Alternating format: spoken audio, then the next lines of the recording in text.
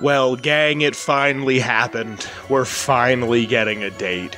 We're finally gonna find out something about the next big Bethesda game. What seems to be like Skyrim in space, which isn't fair to say because they said that Fallout was just gonna be Skyrim with guns. Or, I'm sorry, Oblivion with guns. But hi, I'm your host, Vince, and it's time for Atomic Radio Hour. I'm very excited to talk about some news for your earlobes in just a moment. I have a fun piece of lore, but I'm just happy to be back with you guys once again. If you listened last week, my voice was sounding atrocious. This week, it's a little more ferocious. Feeling a little better. I don't know why I'm getting sick all the time. I turned 26 and it's just, I don't know, maybe I gotta wash my hands less or something. Anyway, welcome to the show. My name's Vince, Atomic Radio Hour, post-nuclear podcast. Like a post-apocalyptic, a post-war version of Wayne's World, if you will. I'm Vince. I think I've said that about 17 times now. Hi. You're looking fantastic. So let's just get right into the news. The big news. September 6th, 2023. This year. We're finally getting Starfield. I was at work, and I saw a little bring pop up my phone, and it was like, oh, what is this? And I watched the trailer within 2 minutes of it coming out, and it was me and 1,300 other people. That's what the view count was when I saw it. And I didn't believe it. They said in June we're going to be getting like a deeper direct that's about it. And I've been playing my Switch a little bit more lately, which I know is rare coming from me. But I've been playing it and put Fallout 3 in New Vegas on it. I'm not even sure exactly how I tangented off to that one, but like, I'm excited to see this. This is going to be about the time where E3 is happening, even though we're not really getting anybody at E3, Sony, Microsoft, Nintendo, so they don't have any plans of being there. So it's going to be Ubisoft and maybe EA and whatever studio Video Game Donkey has started. I think it's called Big Mode. It's going to be them and them alone, and they're just going to hang out and be like, hey guys, like that's just what I think it's going to be. But here we are. Behind me is probably the trailer. Behind me has probably been the trailer, the little thing at the end that Todd does, which is cool to see like what Bethesda looks like as the studio. I've been to DC a couple of times, and I've never driven to Bethesda. Like, I've never taken the train to Bethesda to go even just look at the studio and be like, let me in, like that Eric Andre meme. Which I think that meme actually takes place in DC. Anyway, I'm excited to finally get something. They showed us nothing, and they showed this giant, like, crab spider thing that looked like it was from Borderlands. But I'm excited to finally get this game something about it in my hands or near me or in a friend's hands. This is a game that I'm going to buy. It's probably going to be one of the few games I buy this year. But I don't know. I'm excited to try this. I'm excited to finally see something. It was a collective moment that I saw on Twitter that it was just everybody everywhere that I follow that's like a Bethesda person or like a Fallout-y person or like a Skyrim-y person was just like, oh shit, it's happening. We're finally getting something. I think the timing of it is perfect and not great at the same time. All the big games come out in November. I don't know what else is coming out in November that would hinder this coming out, because I'm pretty sure Fallout 4 came out like November 11th. Because I remember being like, my birthday's in less than 2 weeks. This is my birthday present. Like, all the money I spent on, I was like, this is just, no one has to buy me anything. I'm spending all this money here for this, on this, with this. Like, this is the event that I want.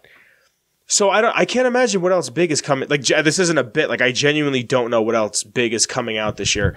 And, I'm just excited to finally get this thing in my hands. I'm excited to finally see a trailer. I hope they do a 30-minute long, like, this is what we've been working on. And Todd Howard, which is probably played behind me once or twice already, he was like, we haven't really seen you guys in a while, and we miss you. Like, he doesn't say this verbatim. I'm kind of paraphrasing and taking what I gleamed off of what he said. And he's like, we haven't been here in a minute, and we kind of miss it.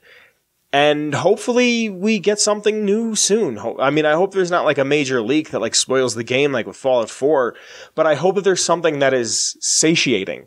I hope there's something I can sink me teeth into, something that's meaty, something that says more than just we're a game that's coming out and here's a reason to be hyped. Here's a moment in time. I never played Cyberpunk, but I heard a lot of people say when you can get past the jank, apparently it's fixed now and they're getting DLC, but when you can get past the jank when it first came out, when you can get past everything about it that was bothersome or a hindrance, you hit this. It's the best. This is not my opinion. This is someone who told me it's the best open world RPG that you can get. Like, it's one of the best, like, especially in recent times. And if it didn't have the rollout that it didn't have the launch that it did, I've heard people say that it could have been the next New Vegas. Is that true? I don't know. I've never played it. I honestly don't really have a lot of interest in playing it because Cyberpunk stuff doesn't really interest me all that much. It's cool if that's your thing. God bless. Not for me. I know what kind of games I like. I've actually noticed, which is something I want to talk about next, I've noticed kind of the games that I'm into, and it's very hard for me to like other games. I don't think it's so much that I don't like games anymore. I think it's very much I'm used to what I'm used to. And since games are so expensive, I'm so afraid to try something new because $60 to try something is a lot. Demos aren't really a thing anymore. But that's a digression. I'm here to say we are getting Starfield on September 6th, 2023. It is finally happening. That we know of. Again, it was supposed to come out last year, and they delayed it. But a delayed game is always good. Will it have killed some hype for some people? Possibly. Who knows? Maybe. But I like Bethesda games, so I'm going to play it. Genuinely. Speaking about playing Bethesda games, I've been playing my Switch a lot more.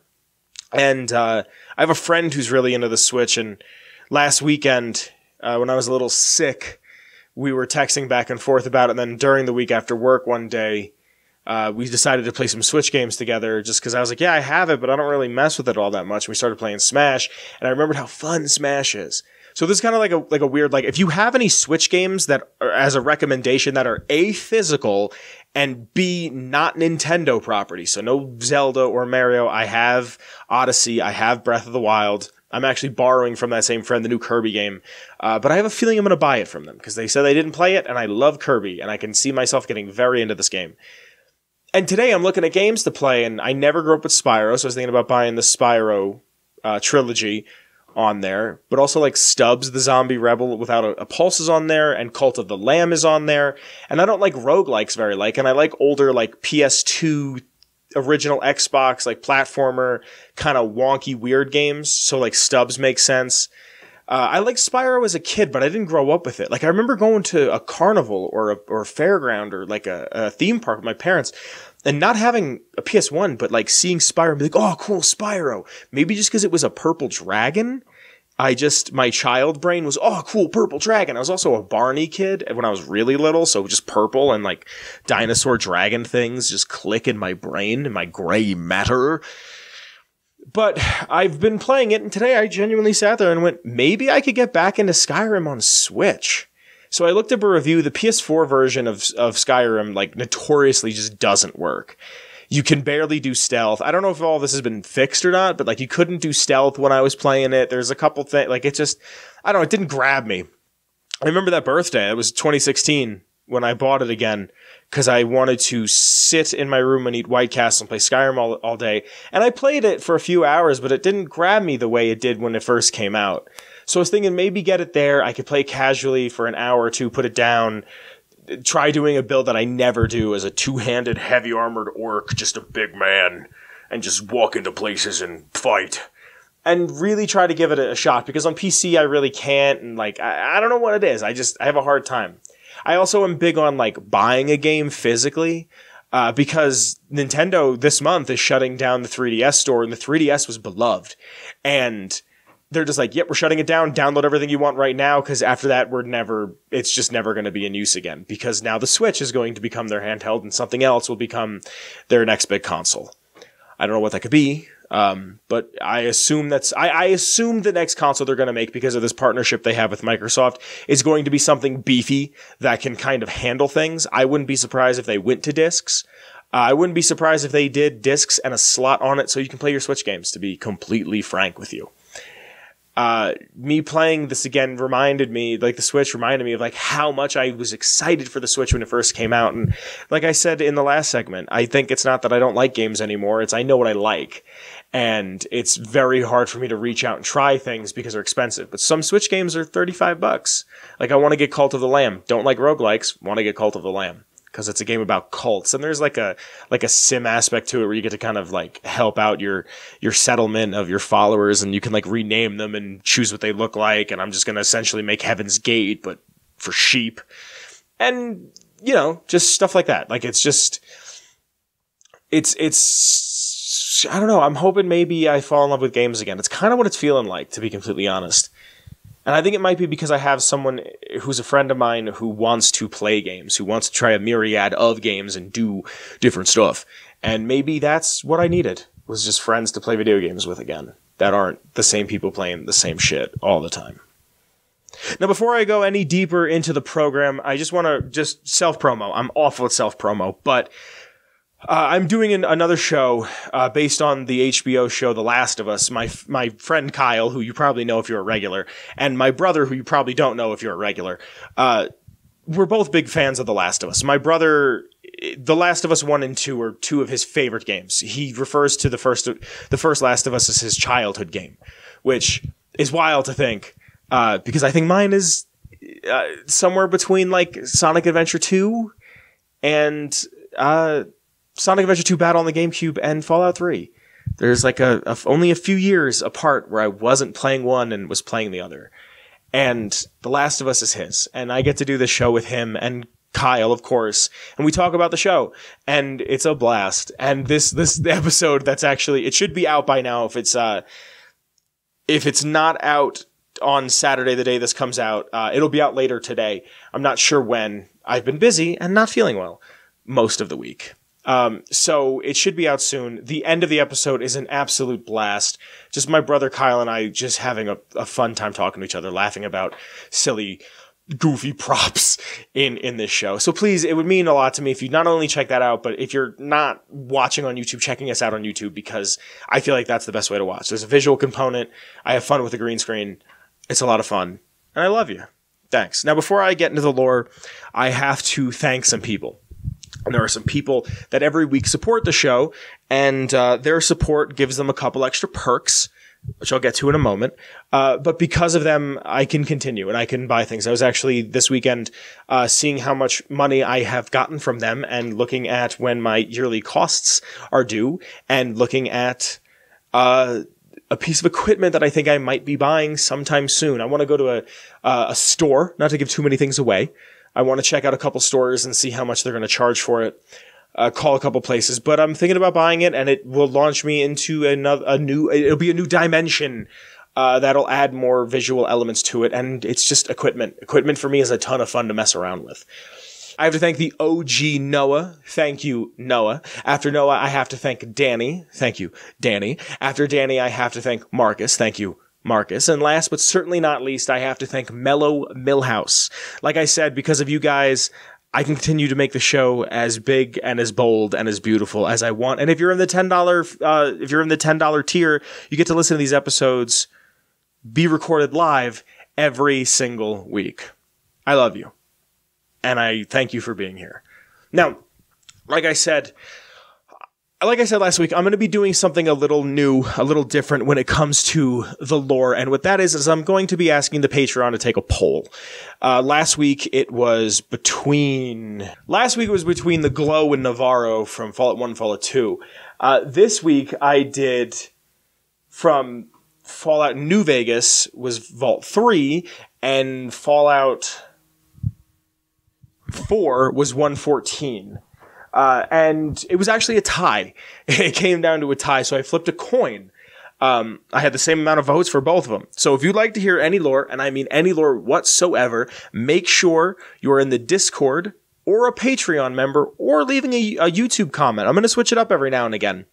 I'm going to go back and forth between everybody and kind of pick. But I'm going to give the Patreon first dibs on most times. So make sure you're a part of the community in one of those three ways. And I'll ask a question or a poll, and you can be part of the community and choose what every week's lore segment is. And this week's lore, courtesy of the Patreon, the Ghoulman Entertainment Patreon that supports this show, courtesy of them, is the lore on Vault 3 from Fallout New Vegas. So now Vault 3 is a really interesting vault because it's considered, in my book at least, technically a successful vault. Vault 3 is one of the 17 control vaults in the entire series. Out of 122 vaults, only 17 of them are not social experiments that are used to experiment on the people of the United States. It is one of only 2 vaults that are inside of Las Vegas, the other one being Vault 21, and in Fallout New Vegas, Vault 3, 19, 21, and 34 are all vaults in the Mojave that have living inhabitants inside of it. Outside of some flooding, I can only imagine when the bombs hit, and Mr. House is responsible for making sure the strip didn't get hit and had turrets put on top of 38.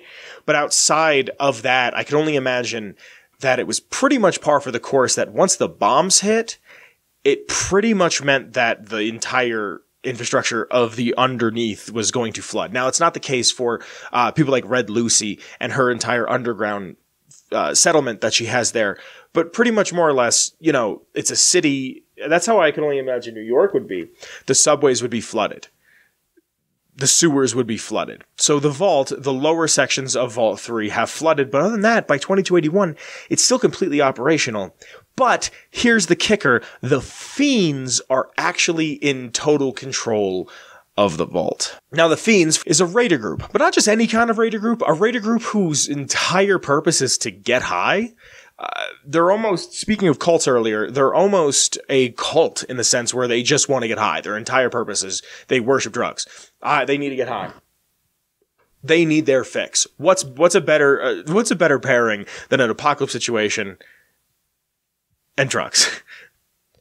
So, Moto Runner is quoted where you can speak to them. There's a few ways to get in, and it's non-hostile.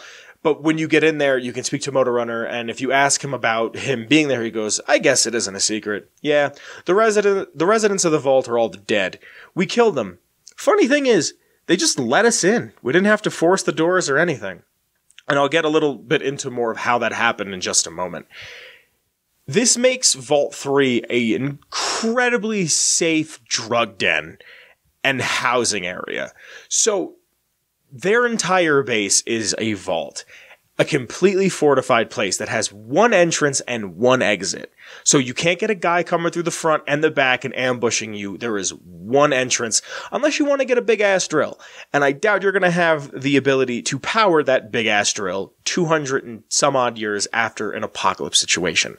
So here is a group of drug addicts who have essentially set up a crack house, and the crack house is one of the safest locations for them in the entire wasteland. Now, the way the doors opened to Vault 3 was because sometime during the 2200s, so 2200 to 2281, somewhere in that 81-year span, a water leak happens, and it forces them to open the doors. Now, this water leak is probably why the vault is flooded. You could argue that maybe within an amount of time, the entire vault will flood, and there's nothing they can do, but I wouldn't be surprised if this, and again, speculation, I have no clue if this is true, I would not be surprised if the reason why there is a leak is because of the bombs dropping and literally rocking the foundation. Now, they open the vault doors so they can trade with the outside occupants, the people of the southern ruins of what was formerly Las Vegas. They open the door so they can trade and they can get some supplies and they get some food and maybe do something about this leak. And they're open for a few days and they start making really good money. Like, think about it. This is a place that might be able to synthesize their own stim packs, might be able to create their own sort of medicines. They probably have like hydroponic grow houses where they can grow real fruit and or vegetables. And they might have pre-war snacks just in abundance, stockpiled. So they're willing to trade these things out and they're making good money. And then the Fiends just show up. And this attracts them. The Fiends took advantage of the Dwellers' lack of security and naivete towards the outside world. You're essentially just throwing somebody out and saying, here you go. They have no clue the politics. As far as everything I read off the wiki, and I get all of my lore off of fallout.fandom.com, the Nukapedia, if you will, everything I saw pretty much points in the direction of they were just a bunch of children. Like, they were just a bunch of children that, not physically children, but mentally children. They opened the door and they were like, now what do I do? And couldn't quite figure it out and got taken advantage of. The Fiends slaughtered everyone inside the vault and took Vault 3 for themselves, and this became their base, their headquarters, and it became a real threat for the residents of Vegas, the surrounding areas. Freeside, Westside, all these places have a real Fiends threat.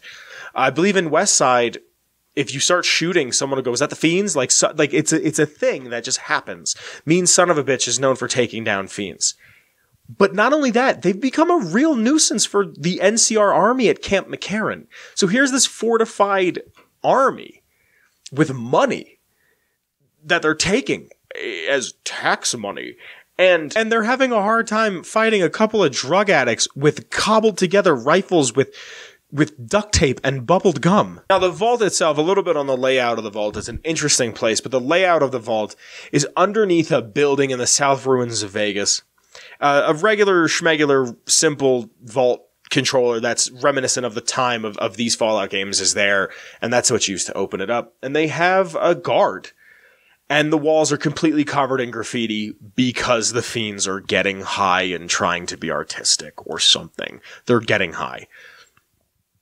So here's these beautiful made with the government money Vault-Tec walls that are meant to withstand nuclear annihilation.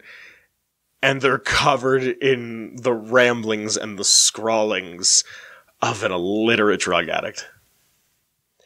There's 3 usable areas that are in this vault that are still accessible. The first one being the recreation area, which seems to be larger than most other recreational areas in the series, at least in this era of Fallout. And this is where they actually keep a couple of slaves, a couple of fellas locked up are here. There's a quest. It's an unmarked quest, and I didn't even know it had a name. It's just called I Love Bananas. Never did I know that a quest called I Love Bananas was in the game, but it's here, and I thought it was a great addition because I had no clue that they even knew what bananas are because bananas absorb radiation. It's an unmarked quest, so it might just be in the game files and it's not like for you to see.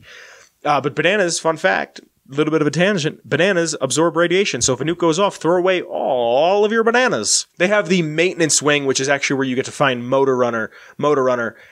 Him and his 2 guard dogs, Bone Nash and Nash Bone, could be found there. Motor Runner's an incredibly interesting character. Maybe one day I'll take a gang or a faction and pit them against each other in the Patreon, and you guys can choose who you want to see. And last, we have the living quarters where they actually have some captives. Rick, Lancer, Rachel, and Dennis can all be found there. This is for the quest I Love Bananas that I was speaking about earlier. It's fun. It's a great name. There's a dead fiend on one of the beds surrounded by empty syringes and Jet and Psycho all around him.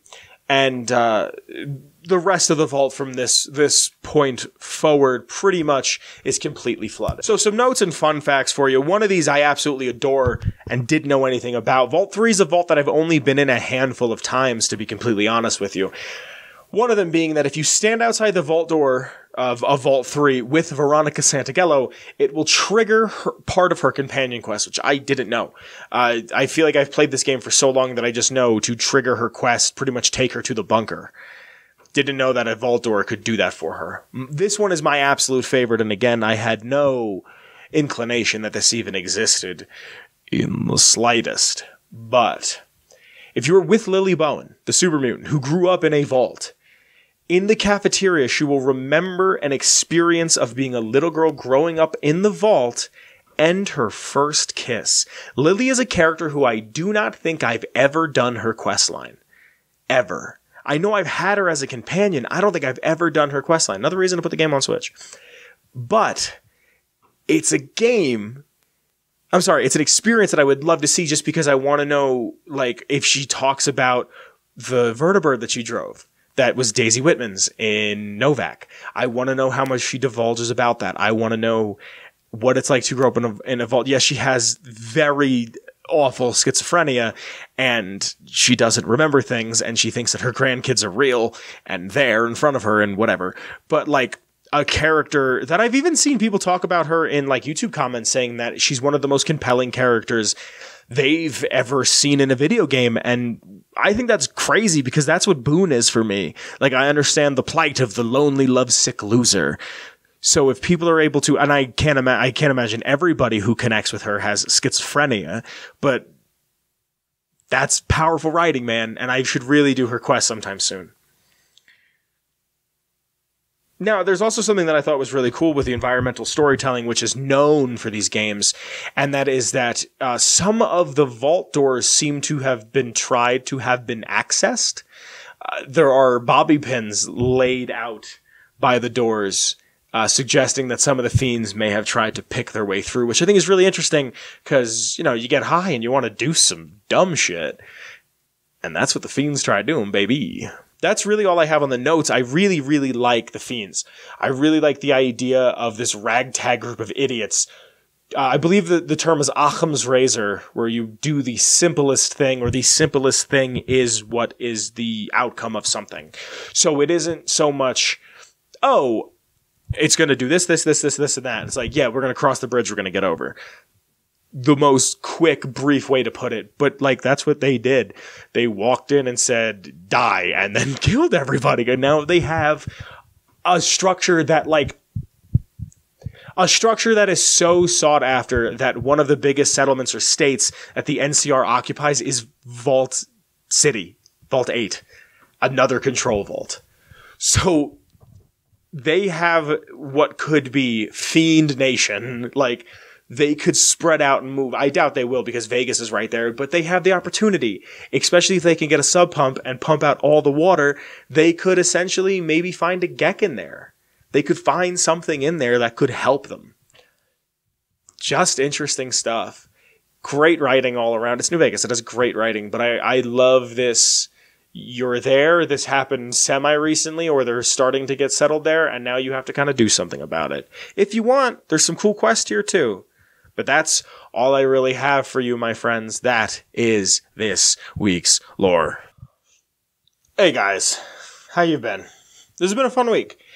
I've been super busy as always, and I've been just trying to hang out and chill. I streamed The Last of Us Factions multiplayer twice for Tlu Tuesday. I'm going to try to keep it going. I know what I say about streaming all the time, but I'd like to keep it going. I was thinking about maybe doing like a Saturday morning, because I know some fellas in the UK might be winding down about that time, a Saturday morning Minecraft stream.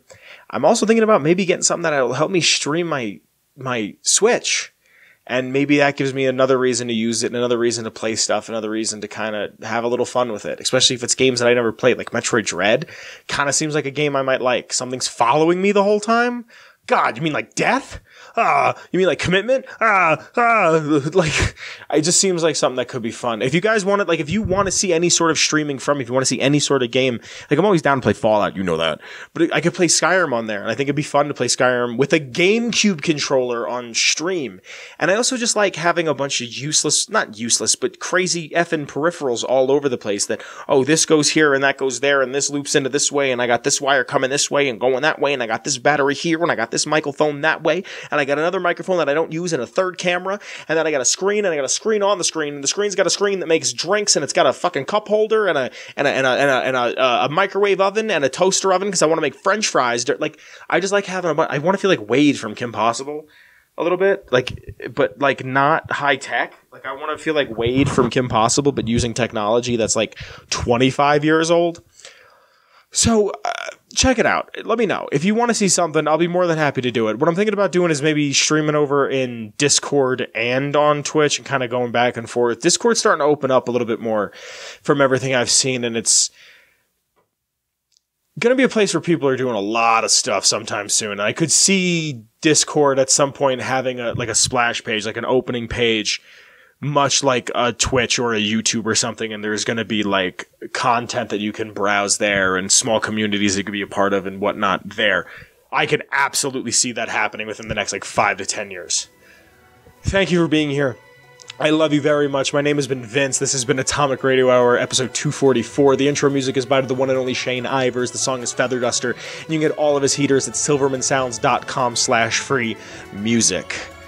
Shout out to the Patreon. I love you. Again, there's a link in the description to that, a link in the description to the Redbubble to support in a smaller way my Twitter, Kyle's Twitter, the show's Twitter. I love you. I will see you next week.